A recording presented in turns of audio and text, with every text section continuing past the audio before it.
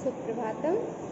पिछले क्लास में हम लोग पंचम पाठ में कंटके नैव कंटकम यह पढ़ रहे थे, यह कथा पढ़ रहे थे।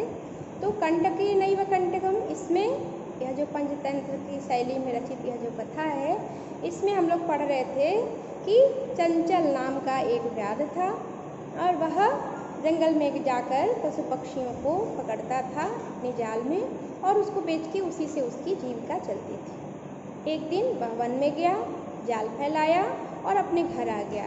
दूसरे दिन जब वह जाकर देखा तो देखा कि उसमें एक बाघ फंसा हुआ है।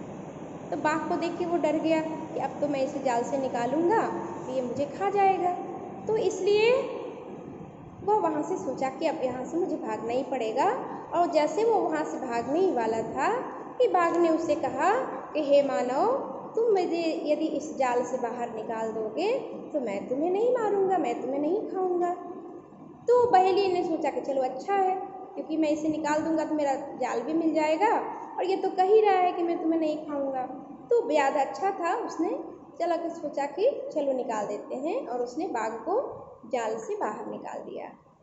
जब बाघ बाहर निकला तो उस बाघ जो बहुत थका था, जाल में फंस गया था, कूद कूद के बहुत उसने निकलने की कोशिश की थी तो बहुत थक गया था। तो बाहर निकलने के बाद उसने कहा कि हे मानव, मैं बहुत प्यासा हूँ और मुझे पास में नदी है, वहाँ से जल ला के पिला दो, मैं पानी पीना चाहता हूँ। तो पास में जाकर के वो जल से जाकर के पानी ले आया और उसे पानी पिला दिया। जब पानी वह पी लिया तब पानी पी के तो उसे थोड़ी राहत मिली। उसके बाद तब उसने कहा कि समय में पिपाशा, मेरी प्यास तो अब शांत हो गई, अब मुझे भूख लगी है और मैं तुम्हें खाऊंगा। अब बहेलिया जो था उनका बोला, अरे मैंने तो तुम्हारे साथ धर्म का आचरण किया, मैंने तो तुम्हारा कल्याण किया, तुम्हें जाल से बाहर निकाला, तुम्हें पानी ला के पिलाया और तुमने कहा भी था कि तुम मुझे बाहर निकालोगे तो मैं तुम्हें नहीं खाऊंगा, और तुम तो मुझे कह रहे हो कि मैं खाऊंगा, यानी कि तुमने मुझसे झूठ बोला। तो यहाँ तक हम लोग पढ़ चुके थे, है ना। अब इसके आगे देखें क्या कथा है। तो व्याघ्र अवदत्, जब बहेलिये ने कहा कि तुमने तो मुझसे कहा था कि मैं तुम्हें नहीं खाऊंगा और अब कह रहे हो कि मैं तुम्हें खाऊंगा, तुमने तो मुझसे झूठ बोला। तब यहाँ पे व्याघ्र अवदत्, तब व्याघ्र ने बोला, अरे मूर्ख, हे मूर्ख, क्षुधार्ताय किमपि अकार्यम न भवति। बोले क्षुधार्ताय, जो क्षुधा से जो युक्त व्यक्ति है, यानी जो भूखा व्यक्ति है, क्षुधा मीन्स भूख, और क्षुधार्ताय माने जो क्षुधा से परेशान है, माने जो बहुत भूख से परेशान व्यक्ति है, क्षुधार्ताय किमपि अकार्यम न भवति, उसके लिए कुछ भी अकार्य नहीं है। यानी जो भूख से व्याकुल व्यक्ति है वह अपनी भूख मिटाने के लिए कुछ भी कर सकता है, उसके लिए कोई भी काम नहीं करने योग्य नहीं है। वह कोई भी काम करके अपना पेट भरता है तो वह गलत नहीं है। वही कहा कि क्षुधार्ताय किमपि अकार्यम न भवति, कुछ भी अकार्य नहीं है भूखे के लिए।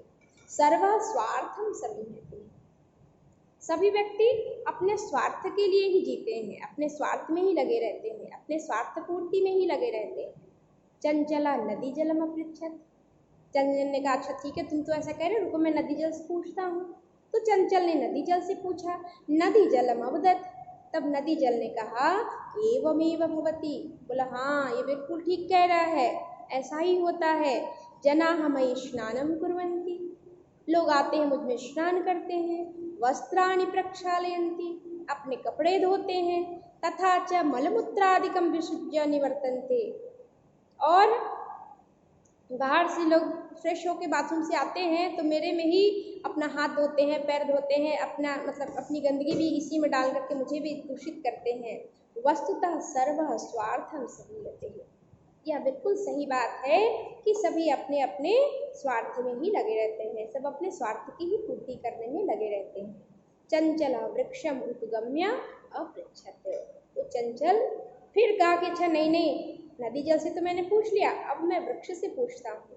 तो चंचल वृक्षम उपगम्य, वृक्ष के समीप जाकर अपृच्छत पूछा, वृक्ष अवदत्, तब वृक्ष ने कहा मानवाः अस्माकं छायायां विरमन्ति, वृक्ष ने अपनी बात कहा कि जो मनुष्य हैं वो अस्माकं छायायां विरमन्ति, अपनी मेरे ही छाया में जो मनुष्य हैं वो रहते हैं।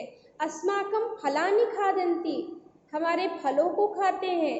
पुनः कुठारे प्रहृत्य, और हमारी छाया में विश्राम करके हमारे फलों को खा करके और फिर जब आराम करके उठते हैं तो पुनः फिर कुठारे कुल्हाड़ी से प्रहृत्य, मुझ पर ही प्रहार करते हैं। अस्मभ्यं सर्वदा कष्टम ददति, और हम लोगों को हमेशा कष्ट देते हैं।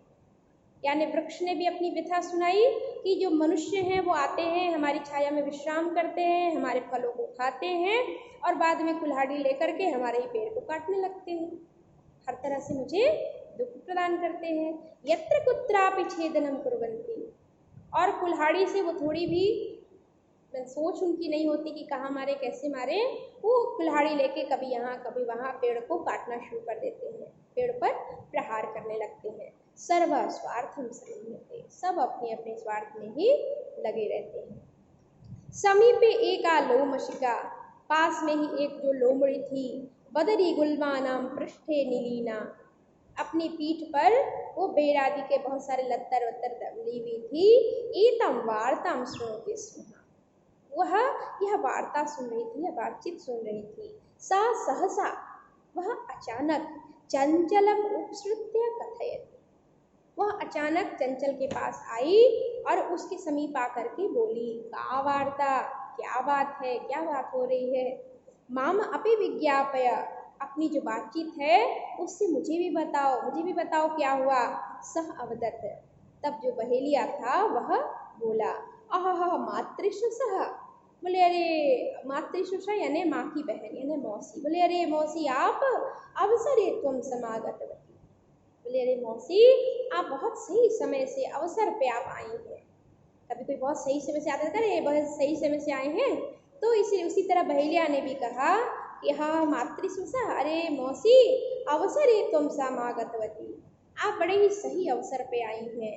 मया, मेरे द्वारा, अस्य व्याघ्रस्य प्राणाः रक्षिता, उसने कहा मैंने इस बाघ की जान बचाई। परम एषः, लेकिन यह मामेव खादितुम् इच्छति, और यह मुझे ही खाना चाहता है। तदनंतरम, तब सह लोमशिकायै, तब वह लोमड़ी के लिए निखिलाम कथाम निवेदयत्, और व्याघ्र ने कहा कि जो पूरी कथा हुई थी वह पूरी कथा उसने लोमड़ी को सुना दिया। लोमशिका चंचलम अकथयत्, जो लोमड़ी थी वह उसने चंचल को कहा। बाढ़म, बोला हाँ बिल्कुल सही कहा तुमने। तुम जालम प्रसारय, पहले को बोले अच्छा ठीक है, तुम जरा अपना जाल फैलाओ, तो दिखाओ तो तुमने अपना जाल कैसे फैलाया था, फैला के दिखाओ। तो तुम जालम प्रसारय, तो अपना जाल फैलाओ। पुनः उसके बाद सह व्याघ्रम अवदत्, उसके बाद उसने बाघ को बोला, केन प्रकारेण त्वम एतस्मिन् जाले बद्धः, बाघ को कहा कि अच्छा ये बताओ तुम केन प्रकारेण, किस प्रकार से, त्वम एतस्मिन् जाले, तुम इस जाल में, बद्धः इति, तुम इस जाल में किस तरह फंस गए थे, कैसे फंसे थे। अहम प्रत्यक्षम द्रष्टुमिच्छामि, उसने बाघ को कहा कि मैं प्रत्यक्ष रूप से देखना चाहता हूँ कि तुम इस जाल में कैसे फंसे थे। व्याघ्रः, जो बाघ था, तद्वृत्तांतम प्रदर्शयितुं, उस वृत्तांत को प्रदर्शित करने के लिए, उसने कहा ना कि तुम कैसे फंसे थे मुझे दिखाओ, तो बाघ यह दिखाने के लिए कि मैं जाल में कैसे फंसा था, व्याघ्र तद्वृत्तांतम प्रदर्शयितुं, उसको दिखाने के लिए, जो लोमशिका आई थी उसको यह दिखाने के लिए कि मैं इसमें कैसे फंसा था। तस्मिन् जाले प्राविशत्, उस जाल में जाके घुस के बैठ गई, प्रवेश कर गई।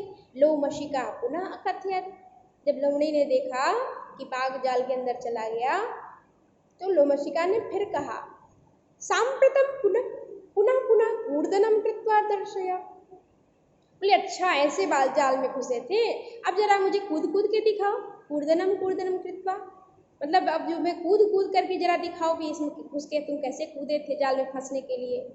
तो सह तथैव समाचरत, बाघ ने भी वैसा ही किया, बाघ कूद के दिखाने लगे, देखो मैं ऐसे फंसा था, ऐसे मैं कूद के ऐसे में फंस गया था। अनारतम कूर्दनेन, और बार बार कूदने से सह श्रांतः, जो बाघ था वो लगातार कूदने से बिल्कुल थक गया।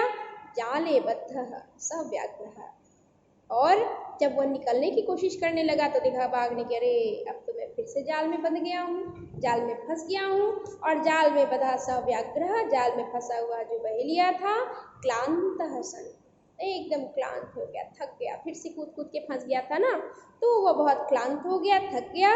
निस्सहायो भूत्वा, और निकलने की कोशिश कर रहा था तो निकल भी नहीं पा रहा था, बिल्कुल असहाय हो गया था। तत्र अपतत, वह वहाँ निस्सहाय होकर के गिर गया। प्राण भिक्षामिव च अयाचत, और फिर से प्राणों की भिक्षा मांगने लगा, फिर से कह रहे मुझे बचाओ, मेरी जान निकल जाएगी, मुझे जाल से बाहर निकालो, मेरी जान बचाओ।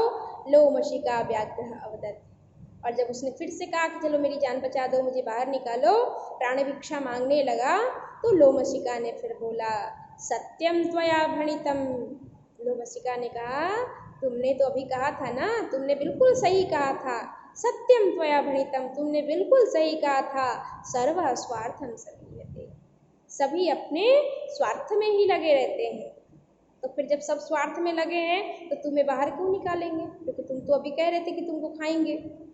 तो तुमने अभी जो कहा कि सब अपने अपने स्वार्थ में लगे रहते हैं, ये तुमने बिल्कुल सही कहा था, क्योंकि सभी अपने अपने स्वार्थ में लगे रहते हैं, सब अपने स्वार्थ की ही पूर्ति में लगे रहते हैं। यह कह करके और व्याध का भी जान बच गया, लोमशिका भी वहाँ से चली गई, और बाघ जो था वो फिर से उस जाल में फंस गया, है ना। तो इस तरह से ये कहानी हम लोग की पूर्ण हुई। अब अगली कक्षा में इसके प्रश्नोत्तर को हम देखेंगे। धन्यवाद।